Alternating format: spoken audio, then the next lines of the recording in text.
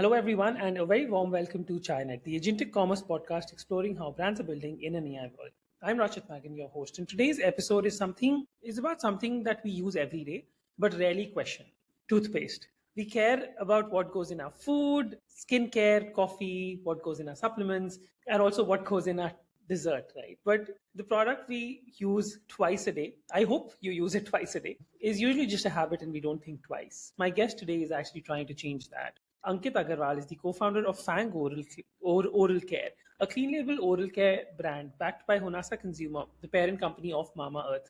His story starts with 3 root canals, 2 implants, and one question: why has oral care not evolved the way other industries have? So let's call Ankit to the stage and let's exactly ask that. And also whether clean label oral care brands can beat the old school monopoly or duopoly which is there. Let's call Ankit to the stage. Thanks, Rachel. Hi, Ankit. Hi. Hello. How are you? Very well. How are you doing? I'm doing very, very well. Thank you so much for your time today. Ankit, I tried to give, a brief introduction, but would love to, hear a small intro from your side as well before we get down to the actual session. So, thank you for having me, Rachit.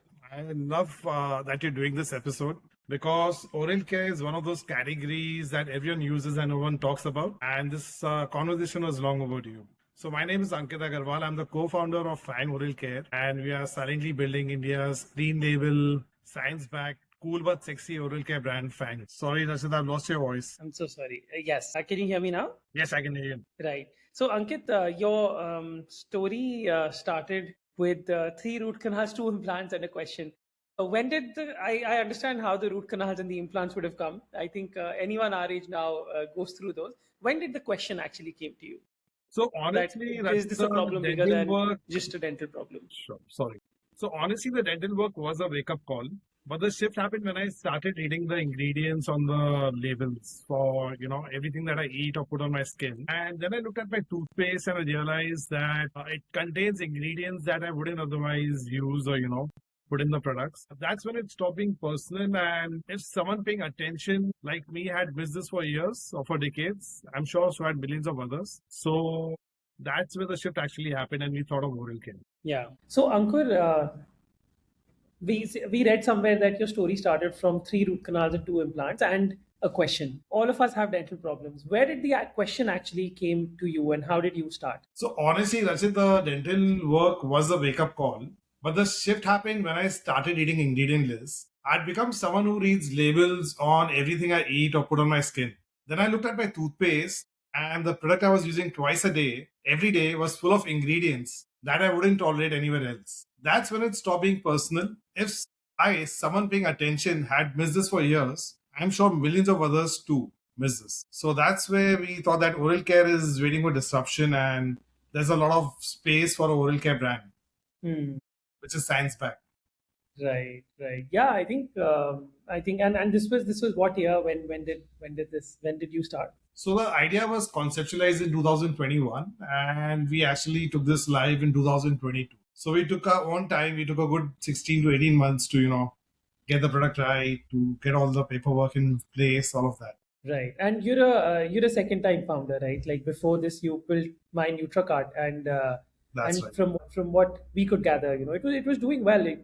It was also scaling up. Why did you shut that down, and what did that teach you eventually to, what in So we were one of the early birds in D2C. In fact, when we started MyNutraCard, D2C was not even a buzzword. There were no VCs, there was no funding, nothing. But what right, MyNutraCard taught me was that distribution is not the same as a brand. We had great products, good numbers. However, we had no identity the consumer could rally around. And when things got hard, there was no royalty to fall back on. So with Bang, the fan conviction comes first, and that's completely non-negotiable. Also, Rachit, I think shutting something down is underrated. It builds your instinct into, for when to stop optimizing a losing game. So when the right, customer acquisition cost for MyNutraCard was haywire, we realized that, it's time to take a step back. Like I said, those times were very different. I'm talking about 2012, 2013. correct. So it was a very different story then. Of course. Nowadays, it's very, very different in that time. Of course, D2C is very different. But yeah, you're right. It teaches It's you a evolved. lot. It's absolutely evolved a lot since then. Correct, absolutely. And let's get a bit into the product. You're saying oral care itself can be upgraded.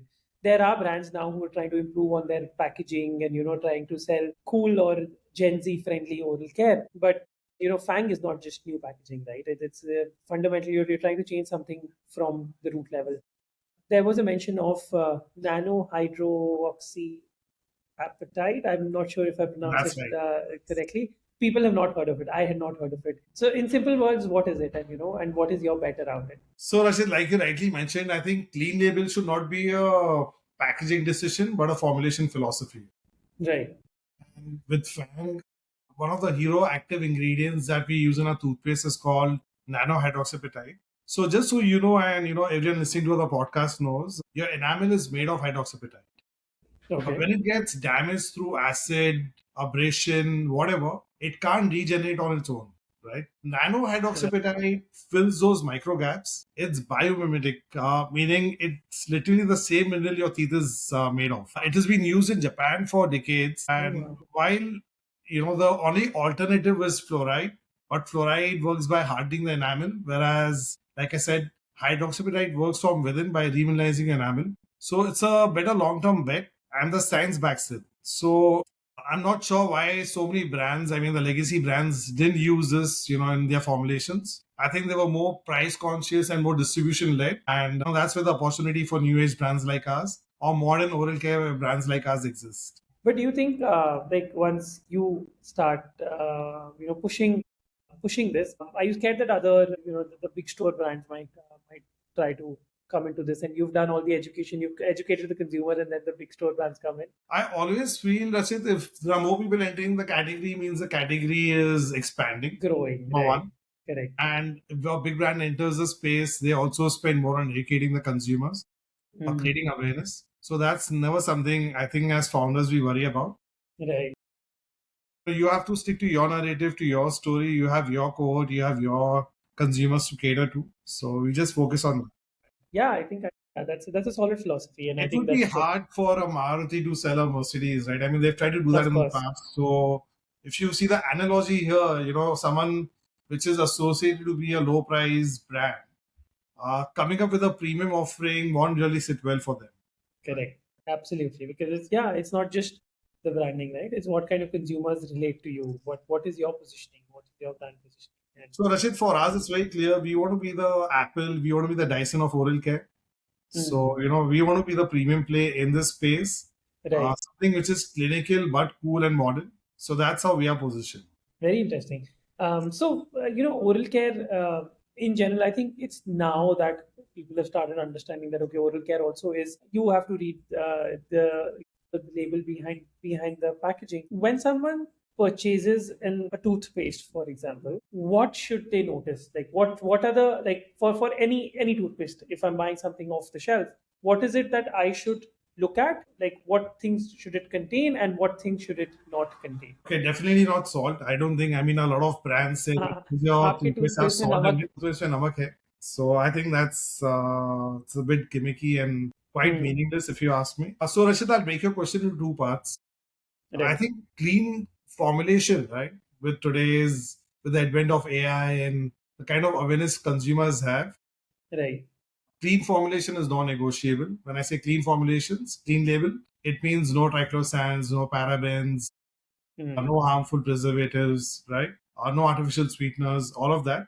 So that is something which I won't say is a primary proposition. It right is something which is today, if I may, should be taken for granted by consumers. Hmm And the other part is what active ingredient does your toothpaste or any product that you use, right, contain, which is going to give you any kind of benefit. What is right the concentration of that active ingredient is also important.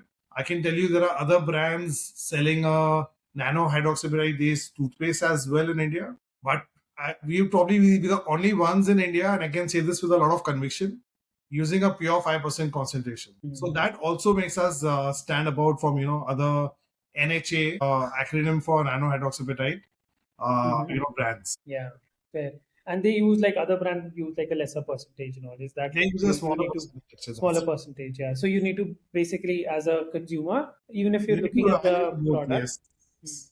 Because a Okay, small percentage, Rashit, of an active ingredient is really meanicless. It's more of a label claim. It's not doing any good for you or your enamel. So you need to right. keep that in mind as well. Correct, correct. So, we've had some D2C founders in the space before. They come from someone comes from marketing, someone comes from tech. You come from pharma manufacturing exports. What did pharma manufacturing teach you about D2C?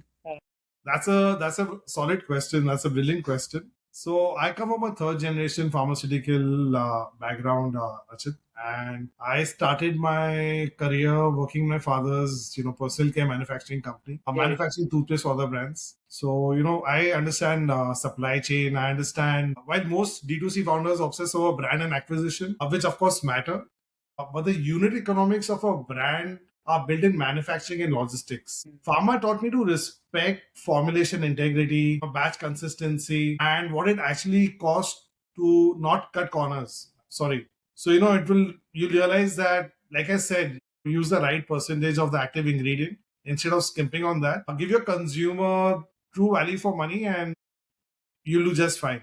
So a lot of brands look clean on the outside and are messy on the inside. I think pharma taught me that how you have to be very diligent about your formulations, your supply chain, all of that. Yeah, fair enough. It makes you understand what is behind the scenes rather than just the branding and marketing part of Absolutely. it.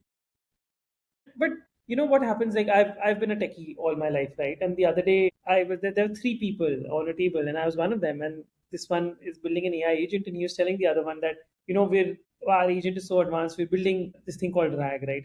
Sorry for the tech lesson in the podcast, but it's a very common thing, right? Like engineers really know that okay, it's a RAG is like 2 years old, and 2 years old in the AI space is 20 years old in manufacturing, right? So it's a Right. very old technique. And the other person was a non-techie, and he's just learning what, and he went like, wow, this is amazing, right? And I was like, okay, guys, this is I we have we've built RAGs and all, but we've never marketed it as such, right? So sometimes when you know too much, instead of an unfair advantage, you become either very cautious, or you think that this is everyone would know about it, right? So what has your background been like? Does it give you an unfair advantage, or does it make you extra more aware than you need to be? Both honestly. So the advantage is I can't be fooled by a manufacturer's pitch. I Of know course. what a good process looks like. And the disadvantage is of course sometimes you're slow to launch because you Hmm. want formulation certainty in my case. And in D2C speed matters. So I've learned to balance that instinct now with getting to market. But I'd rather Right. launch the right product than launch and then launch fast and fix later, if I may, Correct. especially in a product that goes into people's mouth. So, yeah, I think it's more of an advantage than a disadvantage, Rashid. If you Hmm. Of course. Yeah. I think, yeah, makes sense. Like you would, if there's something which people are consuming, you don't want to, you cannot move fast and break things. You cannot do that. You need to be very, very careful about it. I think one mantra So, I live with, it's mhm. important to be an inch wide and a mile deep, than be a mile wide and an inch deep. So it's Hmm. very easy today to launch products and put them out there. I mean, all our contemporaries are doing, I think, maybe 10, 15 SKUs. If you look at Fang, we only have 3 SKUs now in the toothpaste category. We want to understand, get customer feedback, optimize, and then launch and then do more. Of course, we have a pipeline of products as well, but maybe I'm the bottleneck, like you rightly mentioned in this case, where I'm optimizing my formulations before we Right. launch. Correct. Correct. Yeah, I think that's all. So yeah, that's a brilliant product, and I saw your website, and I love what you guys are building. We'll definitely try it out. I'm very my I my wife calls me that says that you're very finicky about your teeth. I sometimes brush 3 times a day, and I use all Wow. sorts of. My dentist once told me that okay, you need to stop brushing because you're overdoing things. Right. So that's the kind of I've been very so I'm scared of the dentist, right? And I'm just when you go to the dentist, there's this very specific noise that the machine makes, which The it drilling pierces in machine. your ear, the drill machine, or I think it's the water one, which is like that piercing, that noise that pierces in your ear. And the moment I hear that noise, and I shiver from inside. I'm like, oh God, no, this is gonna come. So that's the kind of fear I have of the dentist. Uh, and yeah, but still, and my best friends are dentists and all, right? But still, I'm like really scared of that them. So that's why I say, this is Investing in a good science-backed toothpaste is an SIP Hmm. that you make in your oral health. If you Wow, do I sitting love. on the Okay. dentist chair and you don't like those noises tools and machines make, the sooner you start, the better. And you'll see the difference for yourself that, all the micro cavities, the sensitivity, all of that is gone. Your mouth Correct. feels better. And I would strongly say, not because, we're in the oral care category, but I think your Mm-hmm. overall health starts with your oral health, right? Hmm. So you need to start looking after your mouth. Absolutely. Absolutely. Yeah. So Ankit, yeah, amazing product. But if whenever someone launches a product, right, and you enter a market, a lot of preconceptions change. You've thought of things in a certain way, but in reality, when people start consuming your product, those things are very different. And if we talk about the market today, who's buying Fang, and what has surprised you about that consumer? Something which you did not think is going to happen and is now happening. So the early adopter is exactly who you'd expect, urban, label conscious, 25 to 40, already switched to clean skincare, the same for oral care. What surprised me is the gender split. We assumed it would skew heavily female, as it does in skincare. But we have a strong male cohort, men who care about their health seriously, but didn't have a brand that spoke to them in oral care. So Fang resonates there. So we are seeing a shift. Yeah, that's very interesting. The other day, I was talking to the founder of Candid Men. I'm not sure if you've heard of them. They're a clothes rental company, and they had a very similar. So they earlier were called something else, and then they changed to Candid Men because they realized that men are. It was like the men were more into renting clothes rather than women. And then they completely stopped and they were building only for men. Very, very interesting. And yeah, these are, there are a lot of preconceptions about cohorts, which I think only when you launch, you actually get to know that, okay, who's going to be who might also be your consumer, which you might not have thought of. Right. So, do you think? But with Indian consumers, a vast majority don't still see what's inside their toothpaste, right? They care more about how much it costs, what mouth feel does it give, like does it taste fresh or not, and probably that's about it. Would you agree to this, or do you think that no, that's not correct? So agree for the majority today, disagree as a permanent truth. That's exactly what they said about skincare maybe a decade ago. And then brands like Mamaearth, Minimalist, Plum, they all prove that when you educate and make it accessible, the consumer moves. The difference is oral care has no credible challenger, in the past decade or more, and there was also less education or awareness around it. That's the gap we are filling. On the Yeah, I mean, that's that to answer your question, Rachit. So I think what skincare was maybe a decade Yeah. So ago, you Rachit, oral care will own the next decade in the personal care category. Correct. Yeah. Yeah. I think that's a good vision to have. And yeah, the things are of course 100% changing. But a lot of consumers still prefer things like like something which is good enough, right? How do you think it would change? Like, do you think education is the real business? You have to first do a lot of education, and then people would start evolving. Or do you think branding? Like, what is your strategy to get that change, basically? I would say it's a mix of both. It is a bit of education as well in our case, and it is branding as well. So that's when I, keep saying you have to be clinical but cool. First has to be the science. You need to understand, Rachit, that this is not. I mean, no matter how much you love to call this a lifestyle brand, a toothpaste is not something you want to flaunt to your friends, right? It's something which sits on your bathroom's Right. shelf. The primary objective when buying a toothpaste or oral care product is the benefit it gives you. So the first part would be the science part. So the education business is when you tell the consumer that why he needs to change or switch from his existing toothpaste or existing oral care product to a more science led modern new age brand. And of course branding establishes a lot of credibility. It gives the consumer that experience. So you have to find the balance between in your communication between good education and branding both. Yeah, I think that makes sense. You need to have a balance in education, but education will not is not the only thing. And similarly with branding, right? You cannot go with you need to have a Absolutely. balance. Yeah, fair. So Ankit, we want to bring AI into the conversation. Last 2 years, since you guys also launched, AI is changing a lot, right? It's no longer a best buzzword. Inside Fang, where do you think AI sits the most today? Is it like customer insights, data, content, operations, product research, support? Like where all have you guys implemented AI today? So primarily in content and customer intelligence for now. Understanding what the consumers are saying, reviews, go tickets, comments. At a level of detail we couldn't process manually. And on the content side, we use it to move faster. A brand of our size can punch above our weight in content output because of AI. Operations, I would say, is next. We are building towards smarter inventory and logistics decisions. And Right. like I told you on the warm up call, Rachit, both your name and my name have AI in it. So AI is integral to, I think Right. the future and, for every founder and for every brand. Correct, correct. So, what I've been thinking is that, like, for example, content, right? Be it content, be it ads, even landing pages, even tracking customer journeys, all of that data. Because of AI, yes, it becomes easier. But earlier, understanding data, getting results out of it, creating content based on your customer journeys was something of a moat, right? It depends that, okay, if the founder is smart, if the team is smart, then they can really leverage these skills. Now, because of AI, that becomes accessible to everyone, right? So in that case, what do you think in the next 2 to 3 years? What will be the real moat for a D2C brand if AI does all of the other stuff? So, well, it's a very interesting question, Rachit.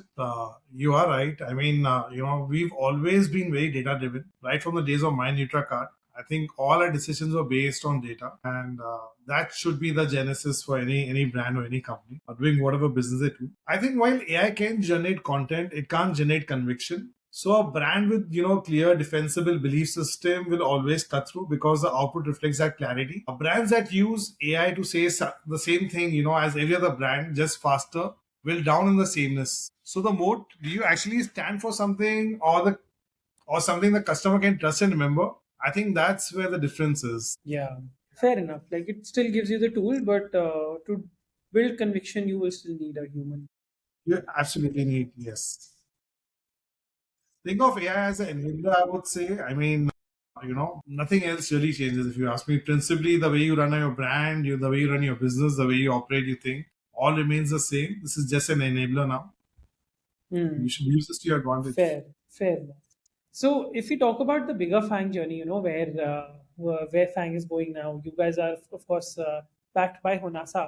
So, if we talk about for our other founders who are trying to raise funding, when the Honasa conversation started, what were they really trying to understand, and what drove their conviction in Fang? Questions. I think it started. You'll be surprised as a outreach on LinkedIn from Oh their wow! from the team, and that's how it actually we spoke to them. We weren't looking to really raise funds, if I can be honest. But when we met Varun, we spoke to the team, and the kind of clarity of thought he had, and Varun being Varun, he's built. Now I think he has 7 brands or 8 brands. You definitely want someone like him on your team, and someone like Hunasa on your team. Right. So yeah, I think they were also looking at the oral care space, and they didn't have too many options, to be honest, of Hmm. brands which had not already raised or not funded. So that's where they came across us. So that we're doing good numbers, we are scaling fast. We're a good team. We're a hungry team, young team. 3 co-founders that it, with each having almost 20 years of experience behind them, 2 decades. So cumulatively, we bring about 60 years or 6 decades of experience. Right. I think all of this together and the chemistry and the founder alignment, everything got aligned, and that's how they came on board. Hmm. And we're very happy to have them on a cap table and as an investor. Of course, I'm sure. So for other D2C brands trying to raise funding, what do you think they should be focusing on today? I don't think they'll be, I don't think a lot of them would be contacted directly by backers like NASA. So what should be their game plan?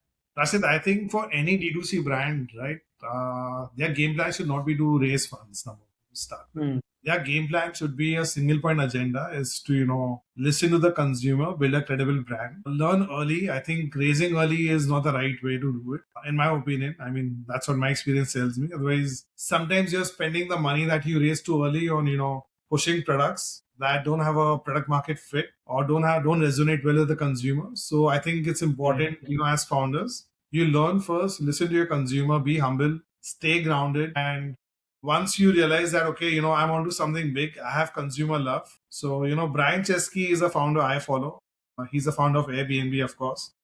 Right. And if you listen to his podcast, I'll just take a snippet from that. He said, first find 1,000 consumers who love you, then find the next 1,000 who find you. Suddenly you'll know that you have a million consumers who love you and use your product. So you need to go, Right. step by step.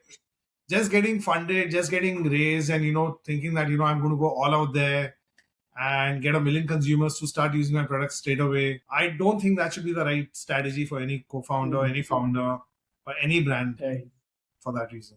Correct, correct. Yeah, that's very solid advice, and I think that's these days, unfortunately, that's what's happening, right? Like entrepreneurship has been glorified so much, and fundraising especially has been glorified so much that it's True. become a bigger deal It's than it changing. needs to Trust me, be. Rachit, that is changing very fast now. Hmm.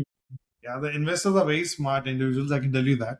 I Of mean, course, yes, I've spoken to a few of them. A few of them are dear friends, right. and they've also realized that they are very, of course, aware and conscious about where their money is going and how it's being spent, and which brands, which founders they are going to support or back. So Right. there is a paradigm shift. Absolutely, absolutely. Ankit, a couple of last questions for today. So, 5 years from now, if Fang wins, what do you want to change? I think the number one would be that the toothpaste or oral care becomes a considered purchase, not something which your mother goes and buys and you use it for every day in the morning. Uh, Right. Start reading labels. People ask what's in your toothpaste. Dentists start recommending our products by ingredient, not just by brand. Hopefully, Fang is a name that would lead that shift in India. Globally, the ambition is to be in conversation along with brands that have come out of Europe and Asia and are defining modern oral care. And for that to happen, I think product integrity and distribution is have to scale together, Right. and that's the work we've cut out for ourselves as Amazing, amazing. Great. Yeah. Thank you, Ankit. Thank you so much for your time. I think this is a very, very amazing conversation, and it is really fun. Oral care I think is one of those categories which we live every day, but we don't really think about it. And as you said, ingredients is of course something which people need to look at. But overall, in the next 5 years, this industry is changing. So if people want to try Fang or follow what you're building, where should they go? Where can they find you? well, they can find us on our website. It's fangoral.com. They can also look us up on Amazon. We are now on Blinkit, Instamart. Soon going to be on Zepto as well. So all the quick commerce platforms as well. So I Amazing. would strongly, tell people that please try our products. Share your feedback with us. Let us know what you think Right. about our products. I've put all my 20 years of experience into this. I started Right. again because I thought that this category requires a brand like Fang to be there with a Right. science product. Yeah, thank you so much, Ankit, for your time, for being on Chinet. And for everyone listening, if this episode made you look at your toothpaste a little differently, please send it to one person you think we should hear this. And if you're a D2C brand building in the space, please subscribe. We get founders like Ankit who've been very successful and are in their journey, whom we can learn from. That is Ankit Agarwal, co-founder of Fang Oral Care, and I was Rachit Magan, your host. See you in the next one. Thank you, Ankit. Thank you for your time. Thank you. Thanks, Sasha. Thanks for having me.